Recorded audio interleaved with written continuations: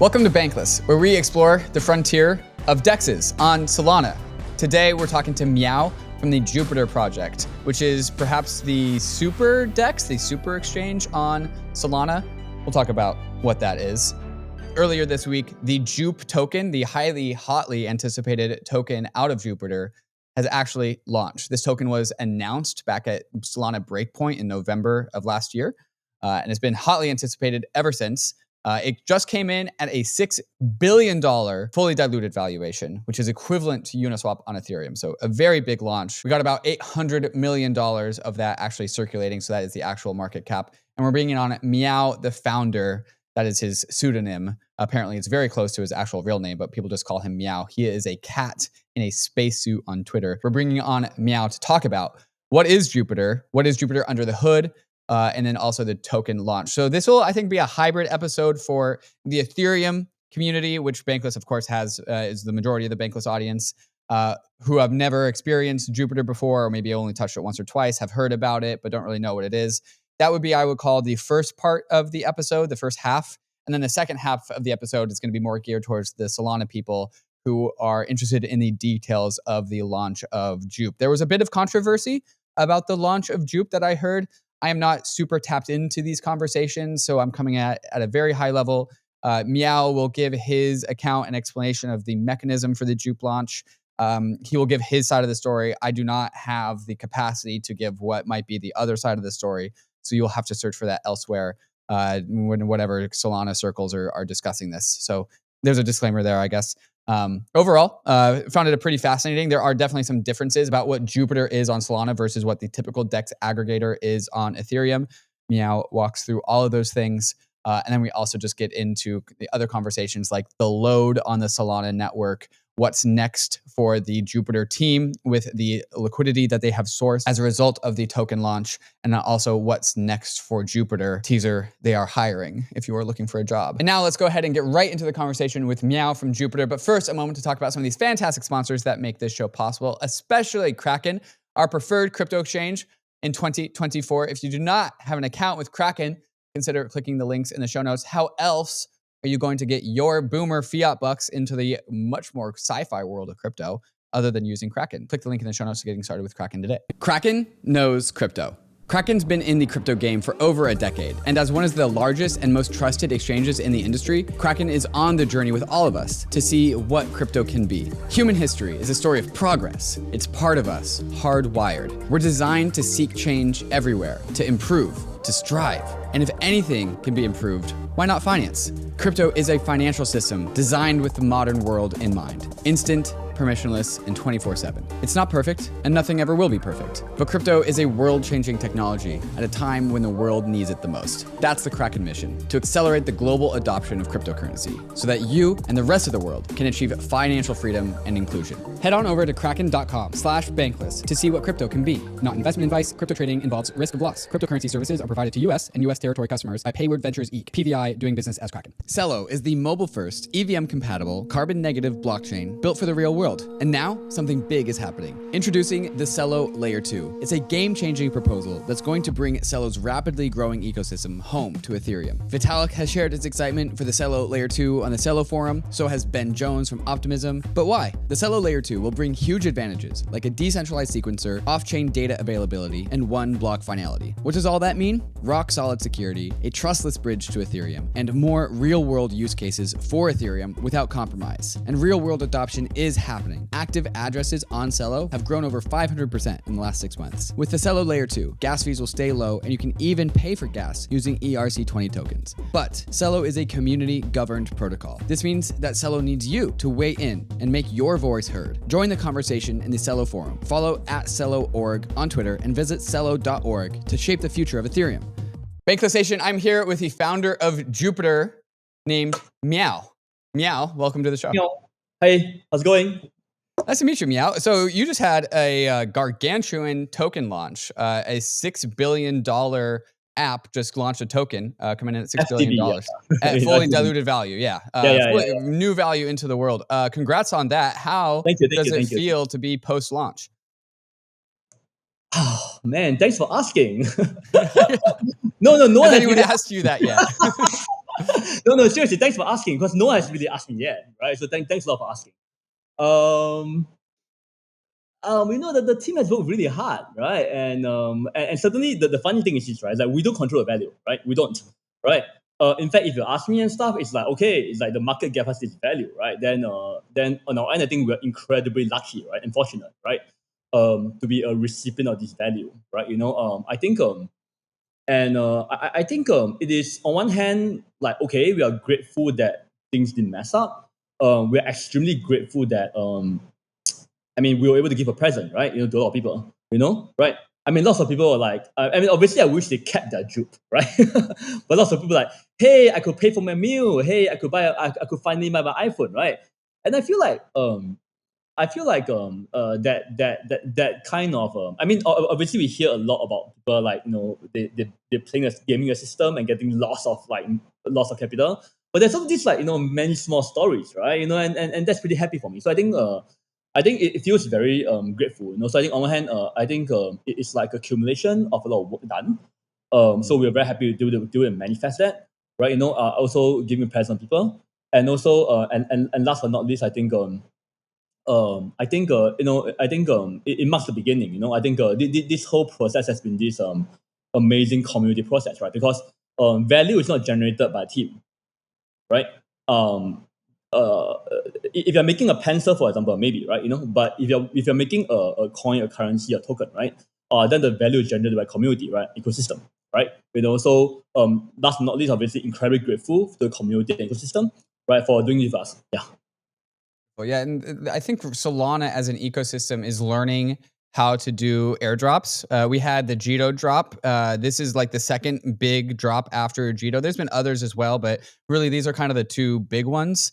And so one of the things I've been curious about is just learning about how Solana app teams learn to navigate a very difficult process of Very like difficult beginning actually to like decentralize their whole app. I want to get into that subject later, but as you probably know, and as listeners definitely know, this is we have a more of a Ethereum focus on Bankless. We are familiar with Ethereum. We know how these systems work on Ethereum.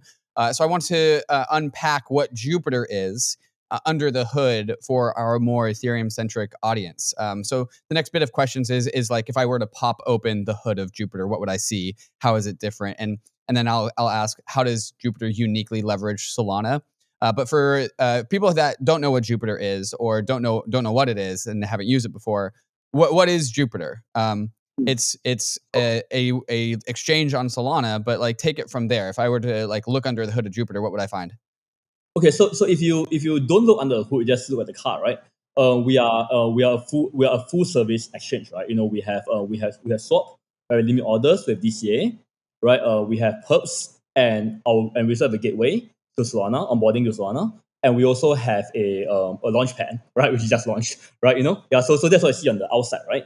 And what you see on the inside is that you see this extremely um uh um meticulously designed and elaborately engineered over 3 or 4 years, over 2 or 3 years, system, right? Meant to find the best routes, right, across the whole Solana network in a way that is as fast as possible, right?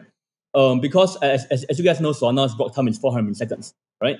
And also Solana transaction speed is very, very, very fast, and also transaction fees are very much lower, right? So in many ways, so compared to other networks whereby so basically we had to find so we had to aggregate across all the markets, and then and also find routes not just for like larger trades, but also very small trades, right? So our goal is very simple, right? It's like whether you're doing a 2 cent trade or whether you're doing $100 trade or $1 million trade, right? We want to kind of effectively kind of route through the system, right, in a much more effective way, right? And one big difference with Ethereum is this. So Ethereum's constraint is gas fee, right? Or we know that. So Solana has a different set of constraints, right? It's like the account size limit is smaller and different. So it's like basically how do we kind of like constantly navigate that? So how do we kind of like build a system that's extremely optimized, right, for like Solana's like speed and cost, at the same time like handle its limitations. So that's kind of what we see. Or that and that's the swap aggregation. So that swap aggregation powers a number of systems, right? It powers the swap, obviously. It powers the limit orders. It powers the DCA, you know, but it also powers certain key things about the perps as well, right? You know, yeah. So so I think a number of things, yeah. So that's what I see under the hood, yeah. Mm-hmm. On the surface, you have these different ways of swapping. You have the swaps, a limit order, dollar cost averaging, and perps. These are all just ways to make a trade happen. And then under the hood, you say that it's a DEX aggregator. We have DEX aggregators on Ethereum, right? They do exactly what you say. They find liquidity across Ethereum, and then they package it into the best execution for their users. Is Jupiter a source of liquidity as well? Is it like an AMM like Uniswap as well? Or is it more just of an aggregator of liquidity and it finds liquidity elsewhere on Solana? Where is the liquidity coming from? So three different ways, right? The first way, for the swap limit on this year, there's no liquidity. For the perps, we have liquidity. Actually, we actually have one of the most largest by volume perps platforms in DeFi, right? Our perps did about 1.4 billion in volume last week. Okay, right? so Jupiter hosts its own liquidity for its perps product. Yes, precisely. Right, you know, yeah, precisely, right. And then for Launchpad, we source liquidity, right, from teams, right, to host on the platform, right, you know, and then and also obviously we also host the airdrop as well, right, you know, for people as well, yeah. So so and I think I would say this. I think we are extremely and by the way, we really, I think one thing that I'm very proud of at Jupiter, right, is that we really push the limitation of Solana to a limit, right? Like for example, there were a few things. Like for example, Solana in the past had this problem where transactions can only be so big when they send the transaction in, right? And they implemented lookup tables. So we're the first to implement lookup tables. We're the first to implement priority fees, and first to implement and basically anything that Solana does. We're the first to incorporate right into our system. You know, yeah. So so I think we are like a really good example of composability, right, on Solana, because you can basically go through like 6 or 7 markets on Solana for like transaction fee of like 0.002 cents, you know? Yeah, so I think that's actually one really, really cool thing, I think. Yeah, that we really focus on. Yeah. Yeah, I definitely want to lean into that, but really just to round out the liquidity question, the swaps and the limit orders, where does Jupiter source its liquidity? If it's not, if it's not everywhere on Solana, so there's other like AMMs or other limit orders on other apps, and then Jupiter finds them? So there are actually a few. There are actually a range of. It's actually interesting. It might be interesting for your audience, right? Because on Solana you also have for example, you know, stick and unsticking, right? So for example, if you go from SOL, right, to stick SOL, liquid stick SOL. Staking, right? Like, yes. Yeah, staking, right? Like liquid stick SOL, right? Like Judo SOL or like Marinate SOL, right? So Jupiter also integrates something called Sanctum, right? Which essentially allows for immediate staking and unstaking, right? So on Jupiter, right, you can immediately go from like a very large SOL order to a very, very large to the very large liquid SOL, like in the same transaction, right? So you got through like AMMs and CLOBs and also that one thing, and so the way back too, right? You know, right? So so I think there are actually a number of like really interesting. And obviously CLOBs is actually very proficient on Solana, right? But you don't really see them anywhere else. And actually integrating all these different systems, right, like the AMMs and CLOBs and things like Sanctum, right, into one system, right, it's actually quite challenging. And also another thing that another kind of AMMs that you have on Solana is like the single-sided liquidity pools, right? So basically, I think what, because the cost of execution is so low, you do see a bigger variety of like, you know, possible liquidity systems that you don't see elsewhere, right? So I think that's actually something quite interesting what Jupiter does, right? Is that we actually spend an incredible amount of time and effort, right, trying to I'll put this in. We are there. We are where the AMMs take off their training wheels, right? Because you know, they build and build and build, but they're not sure what breaks, right? So the moment they plug into our system, the first second there is like, you know, like hundreds of orders flooding in, right, in the first minute, right? So I think they sometimes they break, right? So we work with the team to really try to fix them and everything. And because a lot of these systems are very novel, right? You know, so we work with them a lot. So under the hood, so if you look beyond under the hood to the people working under the hood, right, right, I think you will see a team that is like very, very committed. You know, right? And I mean, it's not me, by the way, it's the engineers, right? You know, like they are very, very committed to making sure that the whole system works as well as possible, right? You know, that really understand like every single detail about the AMM, you know, and how to integrate everything, right? and we had the same amount, and we had the same level of dedication to all our products, right? Limit order, swaps, and DCA and perps and everything. Yeah, so that's I think that's what you see under the hood. Yeah. Yeah. Okay, so you were about to get into it, and then I wanted to go back and just like tie off that liquidity question. But I want to ask about how does Jupiter leverage Solana? Solana has unique properties that no other blockchain has. You know, it's extremely fast. It's got some parallelization to it. What are the strengths of Solana that Jupiter really leans into? I mean, the most obvious one is cost, right? You know, it's like to like it's cheap to execute a complicated trade on Solana. You know, right? It's more okay. So I will say this, right? It's like besides the technical capability of Solana, right? There's also ecosystem, right? Solana actually has a very, very well developed ecosystem, right? And also, and so it's actually two things. So you have a lot of like different kind of AMMs, right? You know, and with people who are investing like real technical effort, right, into designing new systems, right? For example, Phoenix is an extremely different system from OpenBook. And OpenBook V2 is a very different system from Phoenix, right? You know, and a bunch of other open books coming out as well, right? So you really have a lot of people who are like investing a lot of time and effort into their own system. But obviously you don't have volume, right? You know, at the start of new system, right? So what we do is that we plug it in, and immediately you get all the retail flow and all the everything. So we do that. So I think to us it's not just about leveraging the speed of Solana, right? You know, but also the ecosystem as well, which is very, very important. You know, yeah. Okay, so one of the big stories about Jupiter was that there was no VC funding. It was bootstrapped just from you and from the team. Can you talk about the genesis of Jupiter? Like how did the idea get started? How did the project get started? And when did it get started? Tell us about the genesis story. Sure. Let me go way back, right? So we started out so actually I did a lot of stuff in Ethereum, right, as well, right? You know, Pretty typical. Everyone generally has their start in yeah, Ethereum, you right? know, like Instadap, Kyber, Mhm. and like also I also started WBTC, you know, Mhm. when I was like working them, with BitGo and everything, right? So I was actually really active in Ethereum, you know, I just didn't talk that much. And anyway, we started a project called Mercurial, right? And then Mercurial as a project I started as well, and then that project took funding, that project took funding, right? And over time, initially the project didn't do that well, right? You know, didn't do it well. And eventually what happened was that and from there we started Jupiter as a new project, as a completely new project, right? You know, while Mercurial became Meteora, right? So now with a project called Meteora, right? So it's also doing extremely well as well. It's also doing extremely well right now, right? So basically, I think the genesis of Jupiter started as Mercurial, right? Which did take funding, right? You know, Okay. and also which did take funding, right? And then it had a token as well, right? And then it transitioned, and then in about February 2023, we took a snapshot, right? You know, Okay. and then we took a snapshot, and then and now 5% of total JUP supply goes to Mercurial stakeholders, Okay. right? You know, Okay. while 100% of the circulating supply of Meteora goes to the merge stakeholders. Yeah, a snapshot taken in Feb 2023. 2023. Yeah.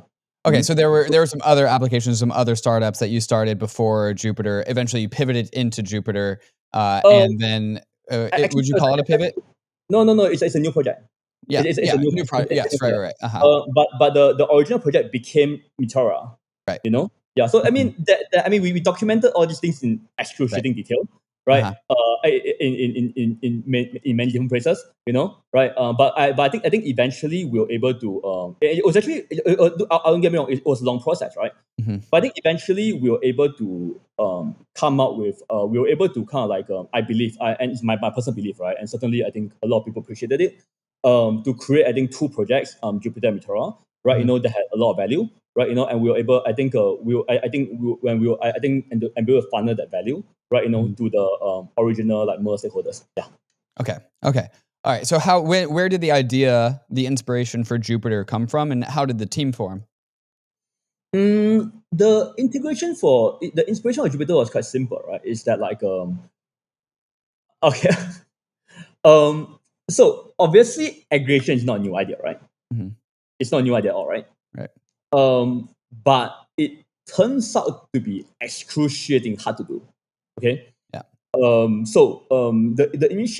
first few order books on the first few order book systems on, for example, right, one major source of liquidity on for Solana, right, early on was Serum, right, and Serum works completely different, right, from AMM, regular AMM, right.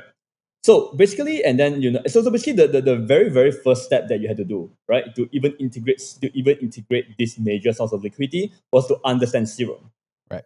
right? So basically, I think what will happen was that, like, we were playing around with a number of different ideas. No, I just playing a number of different things. Okay, so one thing is very simple.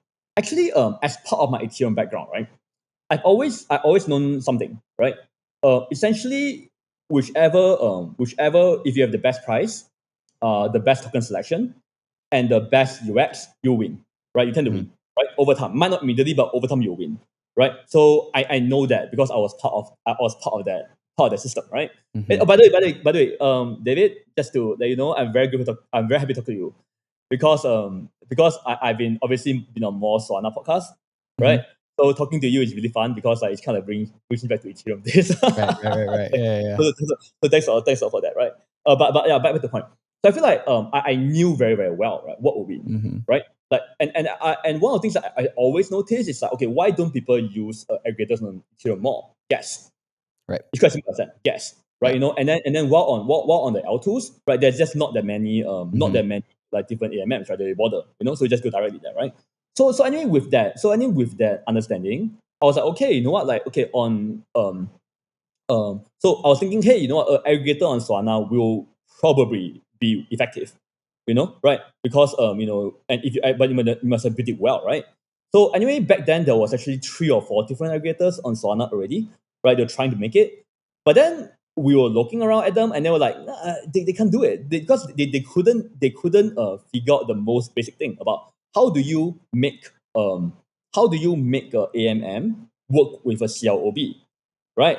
That is very very different because they work completely differently, right? So I think we invested about. So I think we invested about so it started out more as a curiosity thing, all right? Or like, hey, you know what? Hey, how do we can it actually be done, right? How do we do it in a way that, okay? So another thing that's important is that we are a very UX focused team, right? So we have a lot of like hardcore engineers and stuff, but we are all like very UX focused, right? And I think that combination is very important, right? Being like able to do the hard technical work, right? But also being able to like really care about the user experience, right? Because that was very difficult. So I think eventually, I think after 2 months, I think it was 2 months, man. It was really 2 months of like raw work just to do one integration, right? But then at some point I understood, wow, I get it now. I get why no one else is doing this, right? Because it took us 2 months just to do that simple integration, right? So I think after we did that, I think that gave us a lot of like confidence, right, to spin up Jupiter as a new project, right? And we went from there. Mm-hmm. Yeah, so that's how it got started. Yeah. How many people are on the team? Like how many engineers or front end devs? Like give us a snapshot of the team. Now or back then? Now, yeah. Uh-huh. Or Oh, maybe if there were other important phases to talk about too, like what was it like in the past and what is it now? oh yeah, probably 6, 7 in the past, 6 or 7 Okay. in the past. Yeah, when we started on this whole when we started on I mean we kept pretty small for a long time, Mm-hmm. and then now we are like 16, 17, 18 Okay. around there and growing quite rapidly, Right. because we do actually plan to do a lot of things. But yeah, it was a period of like very intense like experimentation, right? Mm-hmm. And again, I feel like it's one of those things that I feel like there are a lot of teams that hop between Ethereum and Solana and other things. Right? I feel like don't do that. I feel like it's very difficult because like to win in any ecosystem requires a lot of like very deep faith in the community. I mean, this, right? It's like Right. a big part of whether your product gets any traction is if the broader community accepts you or not, Right. right? I think that was actually one problem, right? Is that but one thing that's just interesting here is that I think back at the peak of the Solana hype, I think a lot of other more prominent aggregator, everyone signaled they want to enter Solana, right? Mm-hmm. Right? And in the end only one did, Kyber, right? But I think the others didn't. And it's because of what I talked about, right? There's like really, really big like technical hurdle to actually understand to even get a functional product working. right? And even after you get it working to kind of iron out all the different details, right? And don't get me wrong, you know what's funny? It's funny. I feel like the process that we went through was probably very similar to the process that the early ETH guys went through, right? I mean, can you imagine life before ERC20? I mean, come on, seriously, right? You know, you'll be crazy, you know, right? Or even before a lot of these new things came out, right? Yeah, so I feel like we kind of went through that phase together, right? You know, yeah. So I think that's the reason why over time we built up a very strong like understanding, you know, yeah. Yeah. So that's about it, I guess. Yeah. Yeah. So that's how it works. Yeah. Sure. So let's get into the launch of Jupiter. You actually announced the Jupiter airdrop incoming at Solana Breakpoint last November, and that's when the snapshot was, at least for phase 1. We'll talk about what phase 2 and beyond looks like. 955,000 addresses were eligible, with almost 1 million. And just for comparison, the largest airdrop of all time was the Arbitrum airdrop at 600,000. Arbitrum Optimism had 250,000. I mean, I know that it's like pretty cheap to spin up a new Solana wallet and then start transacting on it just because the fees on Solana are so low. But what do you make of this very high like address account? Like, why are there so many active addresses that were eligible for the Jupiter airdrop? Yeah, so just to recap a little bit, right? I think in Breakpoint we announced a number of things. We announced the token. We announced a token sale. We announced a launchpad, and we also announced a bunch of other. We also announced perps as well, right? You know. Okay. We also announced a new stablecoin initiative. So it was. And it was actually a very it was a very cool time for us because over the last 2 years we've been building, right, just building, you know. So it was just really cool to just be out there, you know, like for the first time in 2 years, right? I think it was also really great because like everyone used Jupiter before, right? So it's a product that they had already had a very close touch with, and they knew very well. So it was like and I feel like it was a combination of like knowing the product and wanting a new token in the ecosystem. I think that and that's actually why I think it was actually extremely well accepted, right? So and I think so I think a big part of that, I think it relates to your question you're asking, right? I feel like most expert users will have one or two wallets, right? At least two or more wallets, right? You know, and certainly we do know of bot farms, some bot farms that actually ran about like I think 10K was the max we had, right? No, and now actually we know pretty well. We actually know pretty well right now because people started claiming, right? You know, right? And and everyone started coming out, right? So actually we have a big clear now. So the good thing is this. So let me give it to you in the most no bullshit way possible. Okay, I hope you trust me on that, right? In the sense that I do believe that roughly half was like really legit, right? You know, because the number of excitement that we had about about around our token, right, and a number of like, and we see it now, right? It's like to sustain a $600 million airdrop, it's actually not easy, right? You actually need a real community to actually give USDC, right? Also to get it, right? So I think so I think as soon as there's real excitement, right? This cult is going crazy, everything, right? So I think I would say about like half is our users. That is my best guess, if you ask me. Half of addresses are real, half are farms. No, half like duplicates, not farms, duplicates. Oh, okay. Like a user having two or more wallets, right? I'm saying, you know, and I'll say this: we actually did extensive cluster analysis on it, right? Because we wanted to make sure that so we actually didn't find, because David, remember this, right? We didn't announce an airdrop at all, right? So one of the things that we were very, very careful about was that because I hate promises, right? I hate promising things, right? Because certainly I think in my past experience, whenever I promise something, things fail, right? Because this is expectation, and then do not things fail, right? So I think one of the things that I was very, very, very careful about over years, right, was that no token talk, no airdrop talk, right? Now, so I'm actually very convinced that no one actually did that. And then when we did the clustering analysis, right, you know, we did find some clusters, right, you know, but then it wasn't that much, right? Now, but then something interesting happened. Is that like what happened was that what sipped our attention, right? I'll tell you this, okay? What sipped our attention was that there was a big farm of our 10,000 addresses, okay, that came in the last minute, you know, because what happens that approaching breakpoint, right, November 2nd, right, the hype became real, very, very high, right, you know, right, and then the token wasn't announced yet, right, no, but there's a lot of hype, right, So I think what I think happened was that someone started farming then, right? So he spun up like 10,000 wallets and stuff and traded everything crazy, right? So that is like the only and that happened like a few days before Bitcoin, right? Right. So and that was only when the token top became real, right? Mhm. So they did that. So that's the only big one that we found, right? And that was just very annoying for me, right? Imagine someone running a script, taking Right. out 2 million JUP, right? That's Mhm. dumping in the market. Like, oh, the fuck. I'm like, no. Okay, but David, okay. If you're interested, I mean, since you're interested in details, right? I will tell why we missed that, right? We missed that because we divide our what we did because we divide the airdrop into two categories. Okay, Mhm. the first category is like tiered based, right? That means it's like, okay, if you trade like if you trade $1,000 above and stuff, you get the you get a lot more, right? You know what I'm saying? 1 million, a lot more things like that, right? It's not really 1,000, but it's based on the top number of people traded, right? And some modifiers, right? And then we did, and then because we wanted to be as inclusive as possible, right? We allocated 200 JUP to everyone, right? That means that Mhm. whether you traded $1 or 50 cents or whatever, you get 200 JUP, right? So and because I had this mentality of like being as inclusive as possible, which by the way, I still think that's the right strategy. By the way, I still think it was the right strategy for me to give 200 JUP to everyone, right? Mhm. Right. However, I think unfortunately, so unfortunately, we ran the cluster analysis only for the ones that got large amounts of JUP, right? And we didn't run the cluster analysis, right? For like those 200, Ah. 200, right? So we missed out on that Mhm. big fat cluster, Right. right? Right? Yeah, mainly because I was like, okay, you know what? Everyone should get something, right? But Mhm. what I didn't expect was that there was this like big fat fucking cluster. Fucking annoying for me, right? Because we try really hard, right? So Right. it's like because cluster analysis is never accurate, right?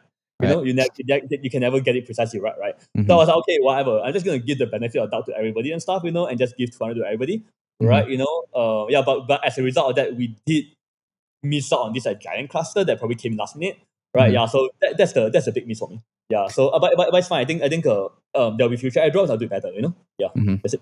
Yeah. For the historical addresses that used Jupiter, like how when did Jupiter go live? Like when was some of the first trades that were eligible for receiving? And then overall, like over the span of Jupiter's history, for the people that got the airdrop, like what were they trading? Were they trading Solana for other tokens on Jupiter? Was it USDC being traded on Jupiter? Kind of like what's the qualitative nature of the activity on Jupiter for the span of time that Jupiter's been alive? Like, what are people trading on Jupiter? They trade a lot of different things. For a long time it was I think we went live on October 2021, right? October 2021. Yeah, Okay. 21, and then but So we like also close to the peak of Solana mania in 2021. Yeah.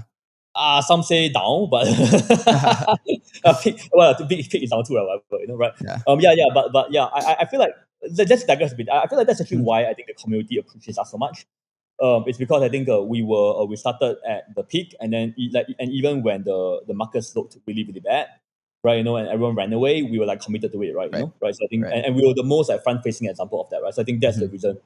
I mean, don't get me wrong, it goes two ways, right? I think they were appreciative of us, and we are appreciative of them too, right? So there's this like this harmony, which is why I think we have a high level of trust, right? Because we were there, But back to your point, yeah, I think it was October 2021, and yeah, so and then October 21, I think. And back then, if I'm not wrong, most were just trading USDC, right? Mhm. And then and back then there was like this first like back then there was the first generation of tokens. Like for Mhm. example, you had the first generation of meme coins, right? And you had Right. like tokens tokens like Oka and Radium, Mango, things like that. Right? So that was actually the ones that were kind of traded, right? And then that actually and that was true for a while, right? And then and USDC was pretty big as well, right? Right? And some level of like wormhole tokens too, you know. But then after and that was the first phase, right? First phase of like first phase, and then you have second phase, where obviously everything crashed and died, after the FTX thing. So activity actually pretty much like went to like the tokens the volume was horrible, right? Like really really fucking bad, right? Um, and then but Bonk came up, right? Bonk came up. So Bonk came out and that was big, right? Because and that kind of Bonk came out like not too long after the FTX implosion, right? It was something yeah, like yeah, yeah, in 3 months. December of 2022 or January. A bit later, a bit later, a bit later, a bit later, A little bit later, a bit or later, early yeah. 2023, Q1 2023. Around that, yeah. And then, but that was big, right? Because that Right. was like the first like fuck you meme coin, right? You know, right? Right. That showed, no, that showed that showed that tokens are live, right? Mhm. You know, on Solana, right? And what was also very important was that like and big credit to Bong here, right? Is that I think and the Bong team like Norm, like R89 and Primitive and like you know Kazan and Casey. I mean, like this whole gang, we love them, right? You know, because I think they really, I think, embody a lot of the community ethos, right? You know, and learn a lot from them, right? But essentially, I think that came out. I think that was important because that showed that Solana had life, Mhm. right? Because I remember it's funny because I mean because I think people were saying I was talking to some friends, right? And they were like, yeah, but it's just a meme coin, right? You know whatever. I'm like, yeah, dude, but it shows that Solana has capital to deploy, right? It definitely showed Right. that Solana Mm. had Mhm. capital to deploy. And even outside of Solana, people was paying attention to Solana, right? You know, right? It's those two things are not nothing. You Right. It was know, a if canary you in have, a coal mine for sure. precisely because what if you have capital to deploy, right? Right. And then you have a community willing to like ape it, Right. right? And then you have attention willing to look into it and stuff, right? It's something, right? Mhm. And obviously Bong went through like tremendous ups and downs, right? Peaking recently and stuff, right? You know, right? To all-time high, you know, amazing for them, right? You know, I love them. Mhm. Yeah, but anyway, and then so that was like and for a long time that was like Bong and other like smaller meme coins. For a while they got added to the mix, right? And then recently, obviously, the meme coin thing went crazy, right? You know, and recently this meme coin thing went crazy, right? You know, went crazy. I would say now is the since a few months back, I think it was like the whole it's pretty exciting because like our volumes like not just us but everyone's volume went up quite crazy, right? Because like you had this like audience and meme coins, right? Like the dog with hat, you know, like the gently used Honda, gently used Honda, obviously Piff, Right. Jito, and now JUP, right, came out as well. I think what we're going to see is that like we are kind of entering the fourth phase, right? You know, whereby JUP and whereby you have like this like I would call like really really good projects that are all not launch tokens yet come to Mhm. launch tokens, right? You know, so I feel really excited. I feel really excited about that. You know, because I think Mhm. that all those tokens are going to bring a lot of excitement and vitality to the trading space. You know, Sure. yeah. Yeah. Mhm. MANTLE, formerly known as BitDAO, is the first DAO-led Web3 ecosystem, all built on top of MANTLE's first core product, the MANTLE Network, a brand new high-performance Ethereum Layer 2 built using the OP stack, but uses EigenLayer's data availability solution instead of the expensive Ethereum Layer 1. Not only does this reduce MANTLE Network's gas fees by 80%, but it also reduces gas fee volatility, providing a more stable foundation for MANTLE's applications. The MANTLE Treasury is one of the biggest DAO-owned treasuries, which is seeding an ecosystem of projects from all around the Web3 space for MANTLE. MANTLE already has sub-communities from around Web3 onboarded, like Game7 for Web3 gaming, and Bybit for TVL and Liquidity and on-ramps. So if you want to build on the MANTLE network, MANTLE is offering a grants program that provides milestone-based funding to promising projects that help expand, secure, and decentralize MANTLE. If you want to get started working with the first DAO-led Layer 2 ecosystem, check out MANTLE at mantle.xyz and follow them on Twitter at 0xmantle. Are you launching a token? Is it already live? How are you managing the legal and tax for providing token awards for your team? TOKU simplifies everything about managing token grant compensation, and you can get started with them for free. You'll have access to top-notch legal and tax support to handle the distribution and management of tokens for your team. TOKU caters to every step in the process, from user-friendly legal templates for granting tokens to tracking vesting periods and calculating withholding taxes. TOKU understands every grant structure, token purchase agreements, restricted token awards, restricted token units, token options, and all the other ones. TOKU is already simplifying this today for leading companies like Protocol Labs, DYDX Foundation, Mina Foundation, and many more. You can learn more about how TOKU can help you streamline your token management and get started for free. Visit TOKU at toku.com/bankless or click the link in the description below. So part of the Jupiter token launch was the Jupiter Launchpad. Which is one of the things that you announced at Solana Breakpoint. Now, Launchpads as a product, these are tried and true products in the crypto space. They even exist in the TradFi space. We just use banks for them. And so this is just like a new primitive that Jupiter is bringing into the Solana ecosystem. Can you talk about what the Launchpad does and then talk about how the JUP token leveraged it? Okay, great. Thanks for asking. So I think at Breakpoint, I announced the intention to build a Launchpad, right? Because I really, really wanted a Launchpad, right? Because I think, mainly because I think I wasn't too happy with existing Launchpads, in the sense that, I mean, you must be very familiar with the token gated model, right? You know, whereby, you had to hold FTT in order to buy the tokens, right? And then they do what I considered, they do what we call a supply squeeze. That means that they limit the amount of like supply available at the start, right, and ramp up the demand, right, and so the FTT holders benefit, right, because the thing goes live, go crazy, right, but obviously, obviously what happens that later on, the people that who believe in token the most, right, buys the token, right, but they get dumped into, right, things like that. So you see these like really big spikes, right, and all that is caused by what I call the supply squeeze, right, that where you don't have enough supply in the market, right. Now, another model that is another launch model that's actually famous as well is what we consider to be it's what we call I call them the isolated pool model, right? Whereby it's not in the open market yet, right? But you pool capital together, right? And this can be as simple as the ones that Mango did, which is like you had X number of like tokens in the market, X number of like USDC, and then the end pool is what you get. Right, or it can be like the LDP model, the balanced LDP model, where we start high, and go low, right? And then you have other models like you allow multiple parties, including airdroppers, to put the tokens in. Many ways to do it, right? But I think what I didn't like about that model, right, was that like it was impossible to predict what happens, right? Because think about it, right? With that model, right, with those isolated pool models, your most enthusiastic believers, right, buy into that pool, right? And then based on how fast the pool goes and stuff, and then a price forms, right? But then the thing is that your most enthusiastic believers and stuff doesn't equate the market, right? You don't actually know how the market will react, right? And the airdrop meta and the airdrop thing, but which I actually believe that the airdrop is the way to go, right? In terms of like, it's just a fantastic way, right, of like rewarding users and benefiting community, right? And I can get to that. That's a very important thing to get to, right? But essentially, I think, and then you add on to this airdrop thing, then you just can't predict, right, how you go. So so the isolated pool model, right? You have this really big problem of like, okay, so quote unquote, you have price discovery in a very isolated pool, right? But then when you go to the market, right, it just goes down or go up. You don't know, and most likely go down. Why? Because your most active supporters already bought in the pool, right? Make sense? But I think those are two things that I think and then thirdly is that you have the airdrop meta, right?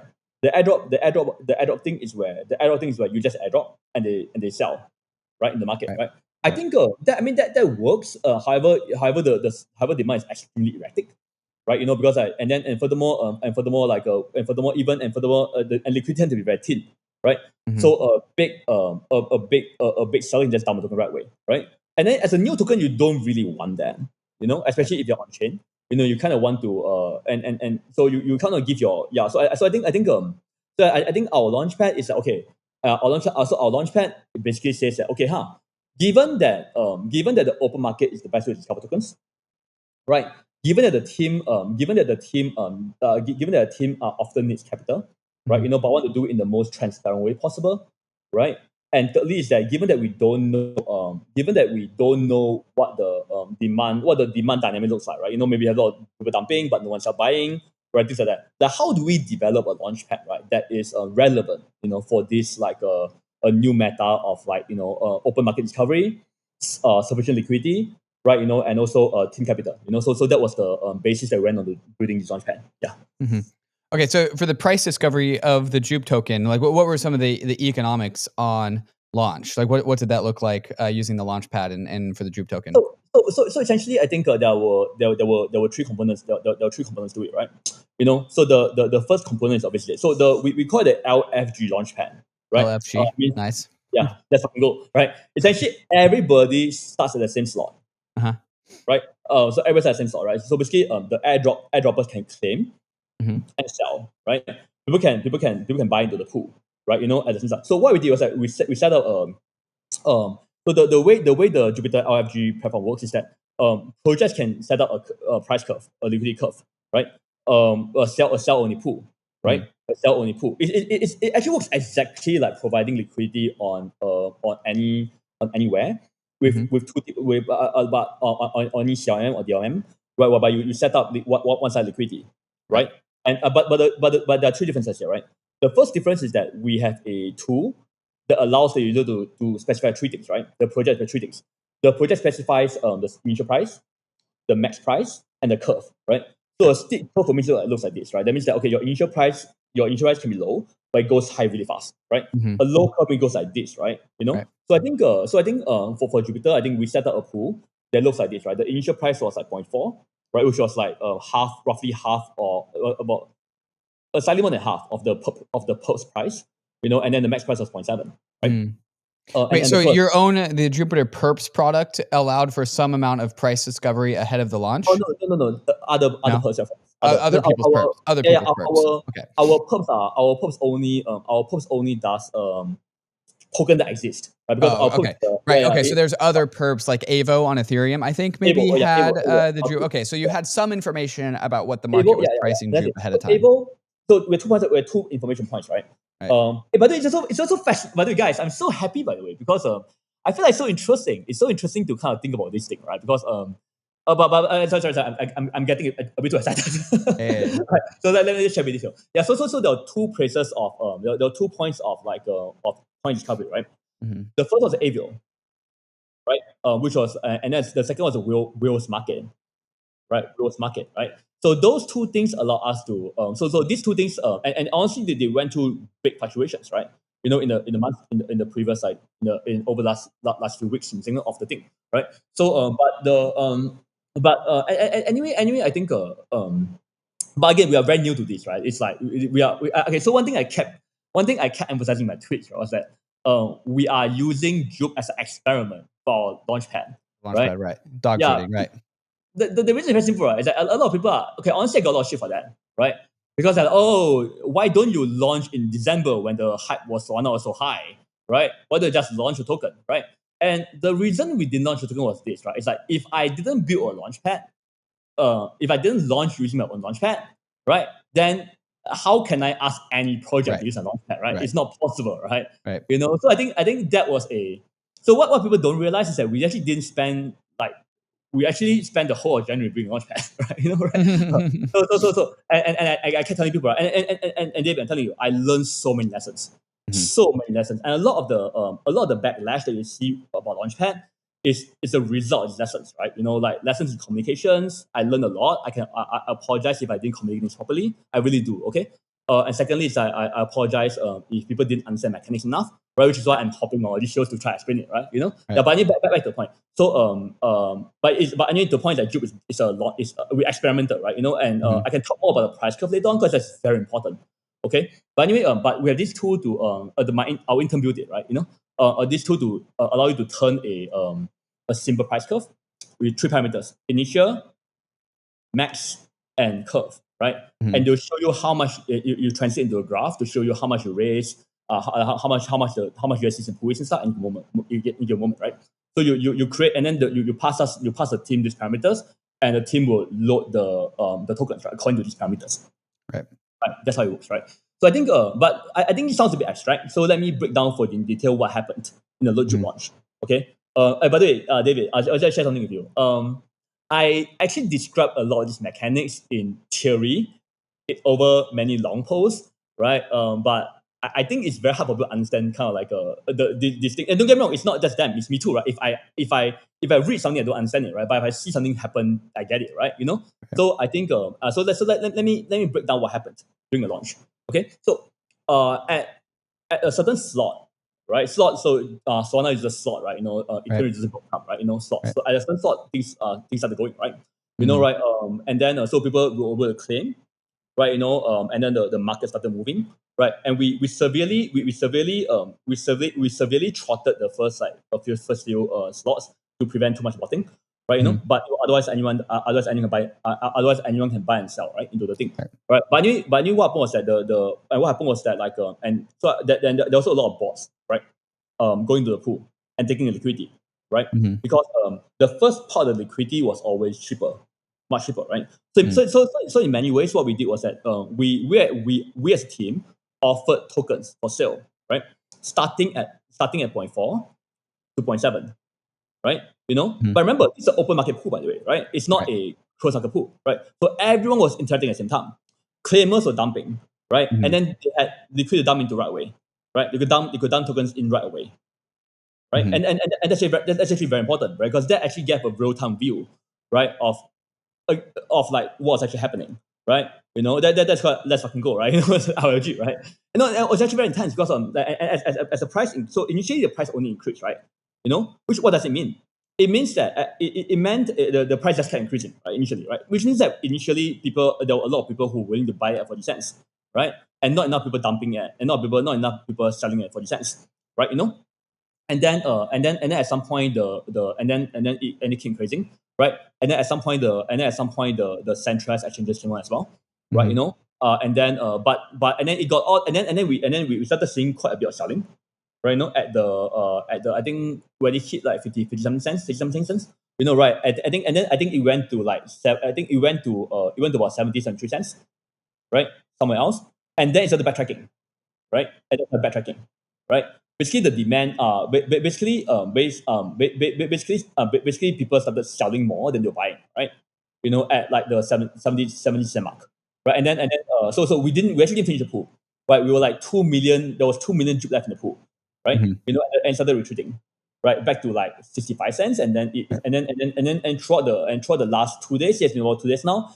It has been like going this range, Right. It's actually right? been like relatively stable of a price, and to me, it's actually been kind of incredible because like Uniswap is currently valued at something like $4 or $5 or $6 billion, Uh, and Uniswap's on like the bigger network. Granted, Uniswap is only one application; it's an AMM, and Jupiter has many more like apps on it. But being valued above like Uniswap is like pretty monumental. So like in my mind, you tell me like were you above? Were you above? I don't think we're above. Nowhere near. Uniswap, aren't you? No, we are 800 million market cap now, or something. Oh, I'm talking about fully diluted valuation. I always talk Oh, about fully I mean, diluted that's a meme, right? valuation. I mean, that's a meme, right? That's a Yeah, meme. it is a meme. But I mean, it's the price that people are able to get, right? Yeah, I mean, Yeah. but Okay. it's So $825 million market cap, fully diluted, 6 billion. yeah, around that stuff. So I mean, do you mind if I finish something real Sure. quick Yeah. about Sorry. the Go ahead. Yeah. Uh-huh. sorry. It's just important for me to explain this, right? Hmm. Is that the reason the pool actually worked as intended, right? Because what the pool does is that like it created a backstop, Right. right? So people can sell into, right? And that's actually very important for three reasons, right? Number one is that like airdroppers that wanted to sell their tokens always have liquidity to sell into, Hmm. and that to me was important. I mean, I don't know why, but to me that's important, right? Sure. Right? But otherwise, it's not a real present, right? If you don't Right. you can't sell Right. it, right? Right. And secondly is that I believe, right? I don't know yet, right? But my belief is that it gives buyers a lot of confidence, right? Hmm. Because if liquidity is very very Hmm. thin, right? Hmm. And you have very big airdrops, right? Remember, we are giving away one thing. To remember is this, right? We are giving away like at current 600 million, Right. So the airdrop was 10% of the total supply, right? precisely, So right? total supply is 10 billion. You gave away 1 billion. Yeah, 1 billion, right? So Right. easy to understand is as like very simple, 1 billion tokens, right? 1 billion tokens are available for claiming, Right. right? So basically, like, and there was some like, and there was some, as I mentioned, the farm as well, the farm that claimed 2 million tokens, right? So he literally dumped 1 million, Mm. right, into the right. So in any other model, you will see the price go through crazy fluctuations, Right. right? Crazy, right? Because there's Right. no new pool that can take 1 million. No way, Right. no way, right? But what happened was that this pool, because it had a lot of capital built up, right? It was able to absorb the damage, right? So basically, it also gave buyers confidence too, right? And that okay, Mhm. cool, okay, I can buy into this pool without getting wrecked, right? Right. I certainly that's what people told me, right? And I don't have any like scientific proof for it, but it makes sense to me, right? I mean, So I like, think it's just somebody, you're much more like familiar with just like markets and just like what goes on under the hood. But I look at charts, I can tell a stable chart from an unstable chart. And looking at the Jupiter chart, that is a stable chart. Like, that it's is fucking not stable. crazy. It's crazy. It's crazy. It Yeah. literally went like it literally followed exactly the liquidity curve and just came a Mhm. bit and just it came a bit and just came up and just Uh-huh. stabilizing. And not just that. Yesterday when there was a lot of like criticism, right, and a lot of Mhm. like I consider them like unresearched comments. I think it went down a lot, right? But it didn't go crazy. It didn't go all the way down, right? Because there was because there was enough people who liquidity in there, right? Yeah, that's it. And so I think so I think at the end of the day, I feel like it's a good system because the people that bought the tokens early, right? They believe that was the price they were willing to pay, right? And the price we paid, right? And then and certainly in our case and stuff, it didn't go too far in, right? It was like it stayed in a relatively high range, right?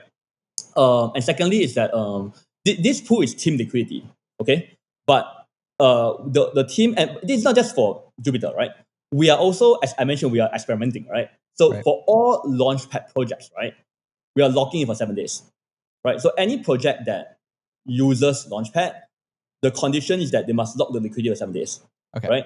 That means that anybody that means that if the founder goes crazy and starts like dancing naked in Times Square, right? Do you have these plans? I don't know, I can't tell.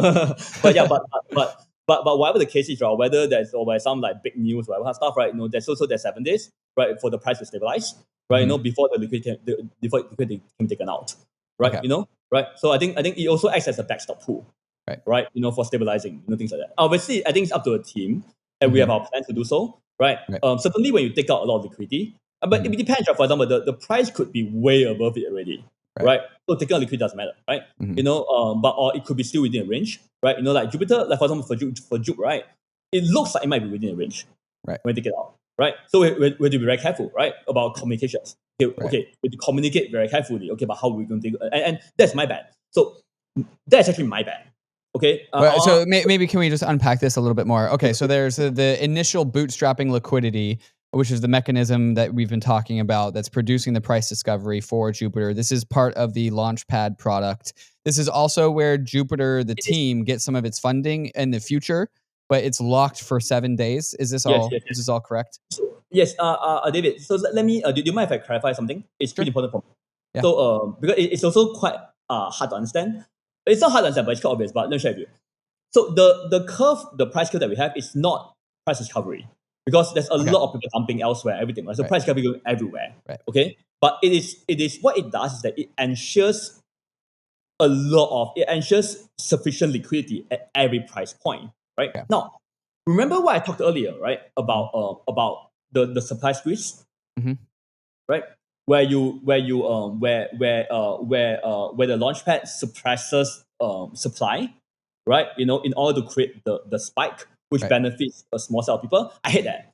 I really don't like that, right? I really don't like that. Because I think I think what that leads is to it leads to a system whereby like the people that so I call this anti. Again, I'm trying to figure something. I'm trying to it might not work, right? But I want to do a anti FOMO thing whereby along every single step of the way, right? There is sufficient liquidity.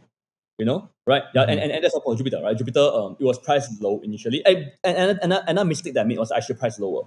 Okay, so I made a bunch of mistakes, but it's okay because future projects can learn, But I think for me, I did a few mistakes. I should price it at like 0.25 and 0.5, right? But I think, and the reason I was scared of being botted, right? But I think I was too scared of being botted, right?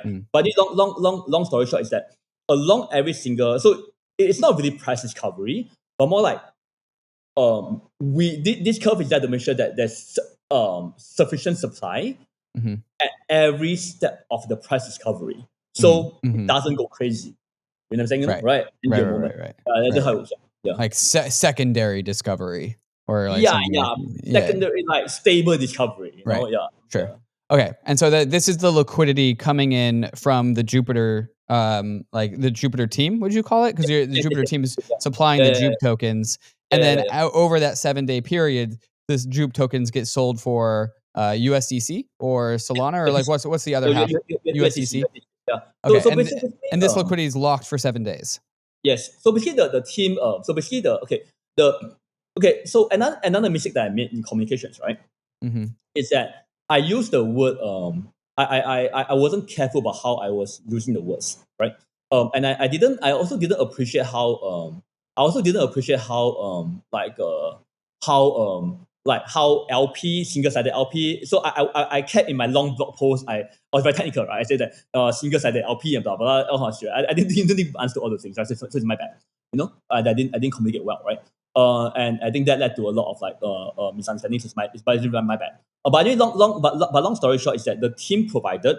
And by the way, one thing I would really encourage everyone to check out, because we really spent a lot, like immense amount of time on, right? It's our token accountability. Okay, we really kind of spend our time making sure that every single JUP is like accounted for. So I would encourage everyone to check those things out. Okay, and we also labeled all the all the wallets and everything very very clearly. So anyone that wants to track anything that goes in and out, they can just track it very easily. Okay, yeah. But in our case, right? In our case, right? I think we had about 3.5% of tokens that was taken out. So we have four community observed wallets. Okay, the team code, community code, team multi-sig, community multi-sig, right? So those are the community observed wallets, right?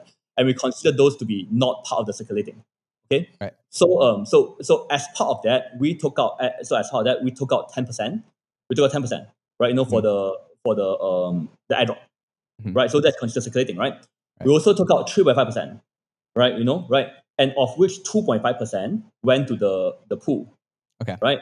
The pool, right? And then so that was and then we had 0.5% for loans and other sex and loan and other sex needs. And then we have 0.5 for in case the pool ran out and we need to provide liquidity to other systems, right? Urgently, right? Right? So that is the extent, right, of the tokens that we had. Yeah. And anyway, long story short was that yeah. So there is 1.35 billion right now in circulating, right? 10% is airdrop already. I think 69% is claimed already. I think, right? So it's claimed already, right? So I think, but we consider all that in circulating. Okay, and then we have about 2.5% is in the and 2.5% in the pool right now, and so about, I would say 80% of the tokens are already having. So the pool right now, I think about 80% or 85% is USDC, right? And the rest are JUP tokens, right? Okay. So assuming the price remains the same, right? At the end of 7 days, the team, which is us in this case, has the right to take the tokens away. Actually, honestly, it was 3 days, right? Or it's 3 days, but then I think we are making 7 days. Okay, so because how much total value is that? Total value, I mean, in USDC, there's about 100 in there right now, 98 right now, 98. But that's assuming the price stays, right? At current prices, correct. Yeah, but because the way it works is very simple, right? It's like another mantra is very simple, right? We believe that the team should, again, I'm trying to develop a model not just for Jupiter, right? But a model I think me as a retail participant and as an ecosystem player want to see, right? Which is, okay, the team should get whatever the price setters at, right? Not the peak price or whatever, not right? Because actually, okay, I mean, we all know what happens in these kind of situations, right? The supply squeeze and the thing pumps, and then the team sells at the top. Very very common, right? Things like that. So that's not we want the opposite of that, right? Right? Basically, we want the opposite of that, right?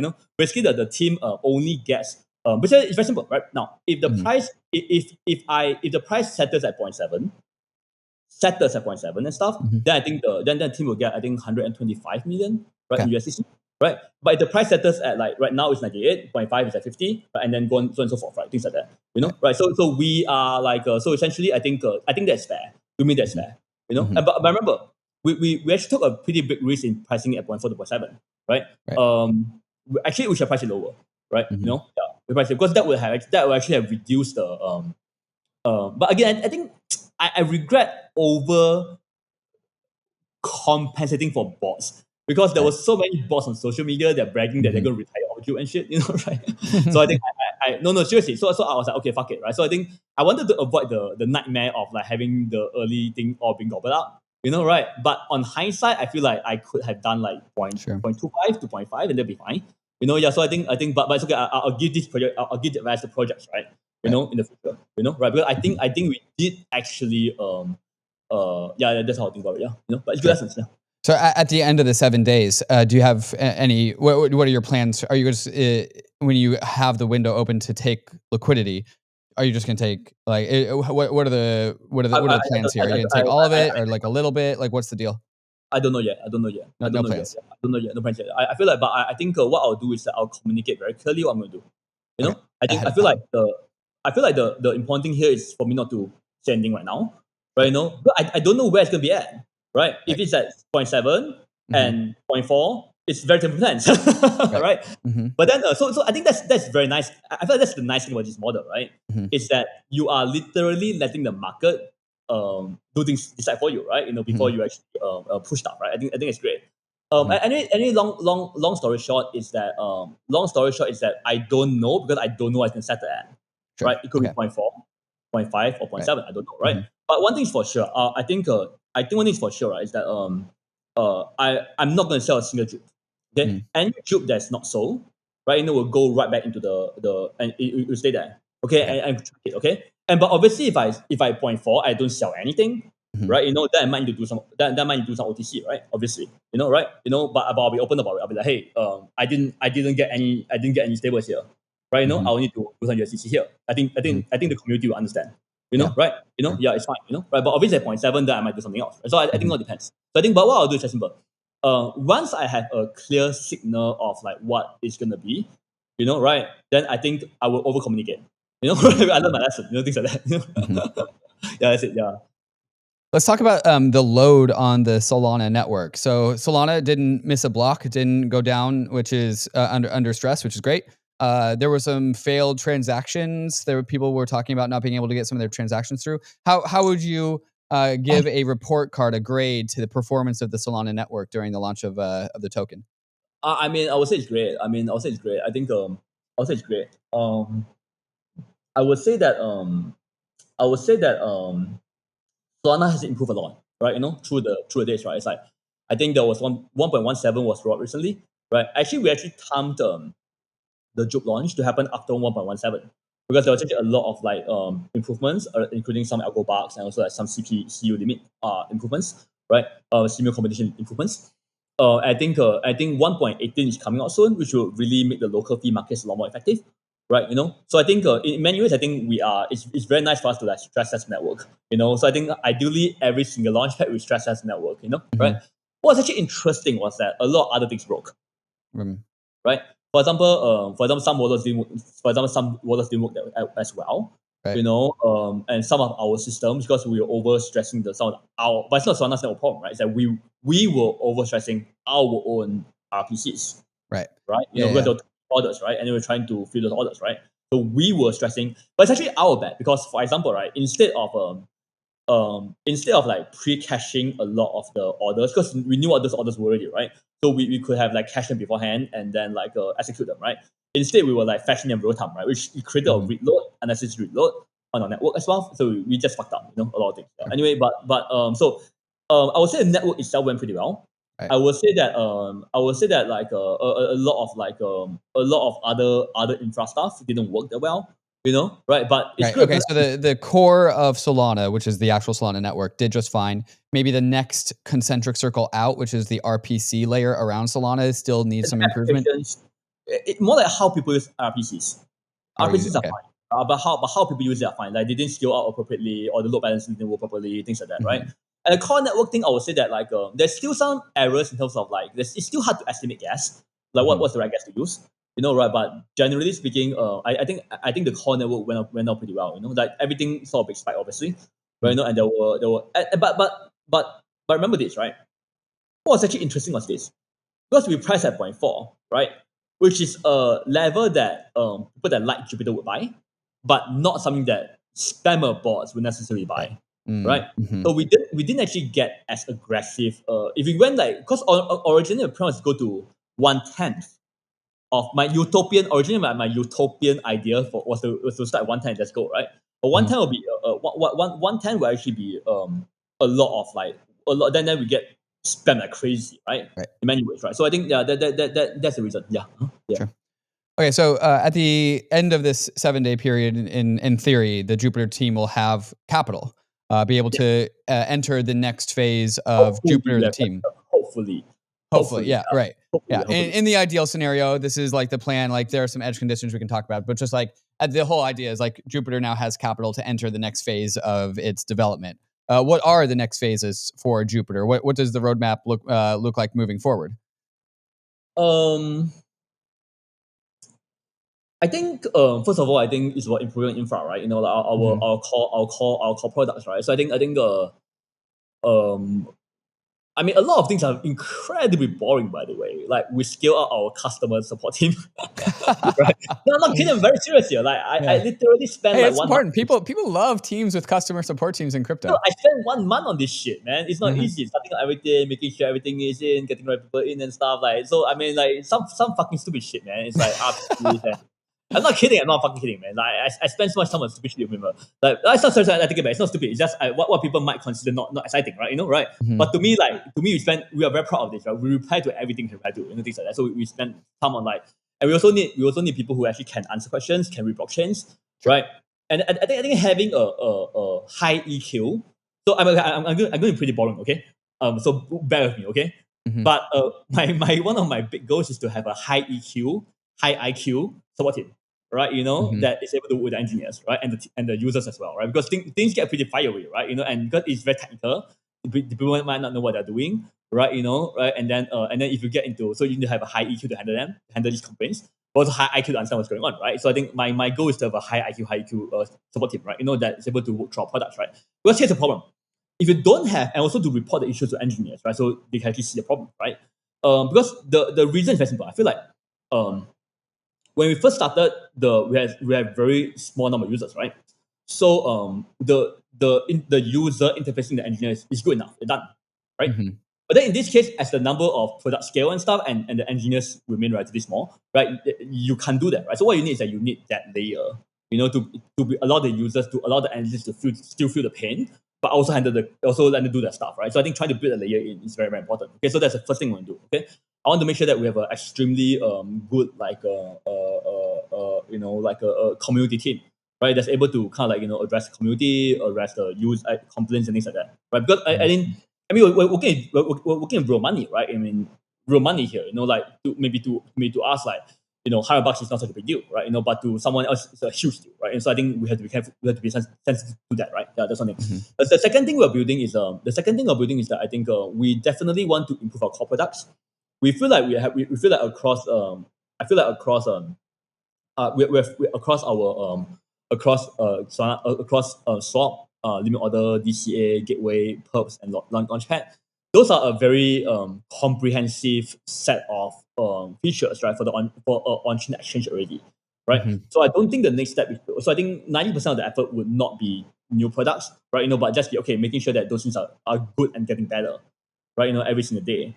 So that's the second key focus, right? And obviously we do actually want to experiment with things as well, right? So I think and this includes running scaling our infra, like our infra, like and getting involved with Solana Core, right? Which is something that we haven't been able to do because we haven't had the capital to do it, right? But if we do well, if we do well with this initial launch, right, then we will definitely have capital to kind of get a couple of in-house Solana like people to work on Solana Core full time, right?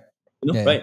And also to build up some cross-chain expertise as well, right? Because I personally has been very interested in cross-chain for a while now, right? I think we are definitely going to focus 100% on Solana being the home, right, in our Jupiter, right? But at the same time, there are many chains around, right? So how do we kind of like better? And I'm not a chain maxi, by the way.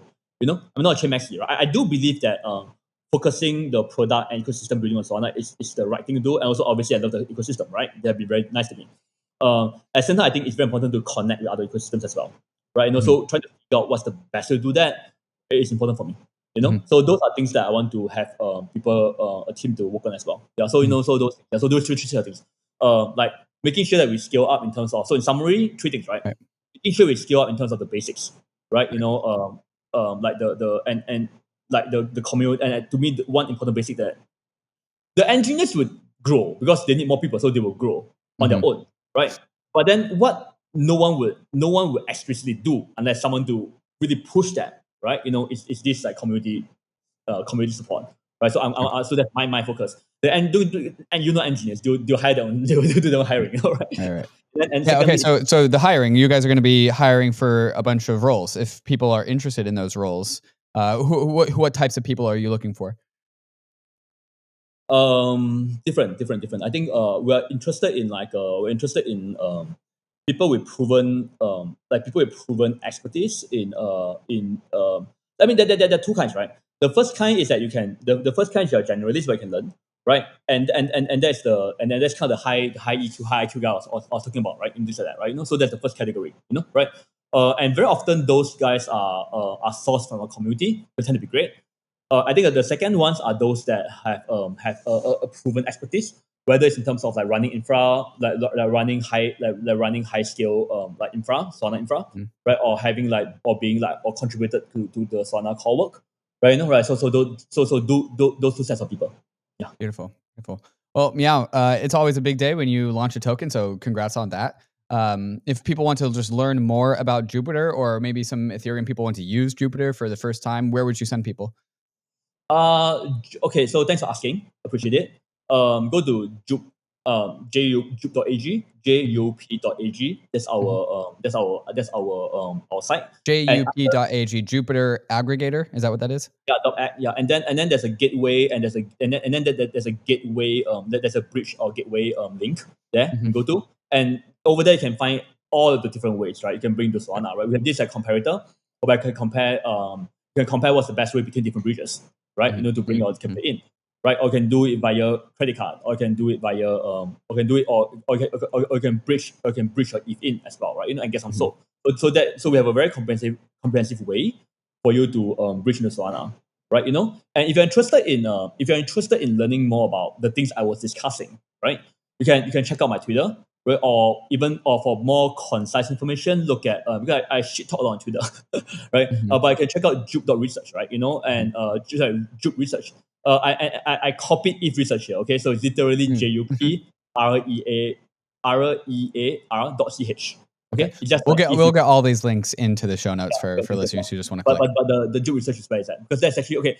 I'm personally committed to doing two things. Okay, I'm actually very apologetic to for all the misunderstandings out there. So I'm personally apologetic for that. So I'm committed to doing two things, right? To writing out a lot of the information into the research post, and also to post a simplified version. Okay, on Twitter as well. So I'll do those two things. Yeah. Okay. Well, Meow, thank you so much. Where did the name Meow come from? Oh my god. Okay. First of all, I wish I love cats. Check it out. Of course. The cat stuff. But yeah. So actually, my name is my full name is actually very similar to Meow. Very, very similar to Meow. So it just came out together. And then I think it's just fun. Because not everyone like founders, right? But everyone loves cats. Right? So. I mean, not everyone like tech bros, right? But everyone loves cats. I said, okay, sure, just put Meow. It's more mainstream. All right, Meow. Well, once again, congrats on the token launch, and thanks for coming on the Bankless Nation and telling us your story. One more thing. Hey, big fan of yours. So really thank you so much for bridging the two worlds. I know how hard it is for you to bridge the two worlds, because there's a lot of things going on, but really appreciate it for doing that. And to everyone Ethereum, I would say that Ethereum was my home for a long time, right? And I continue to really appreciate community. The research community is way ahead of anybody else, right? And the amount of decentralization there is amazing as well, right? Things like that. So I continue to be a very big fan. Even though I do most of my work in Solana now. Yeah, that's what I say. Of course. Thanks, Meow. Bankless Nation, you guys know the deal. Crypto is risky, DeFi is risky, new tokens are risky, everything's risky here. But sometimes that's why we're here, because we're headed west. This is the frontier. It's not for everyone, but we are glad you are with us on the Bankless journey. Thanks a lot.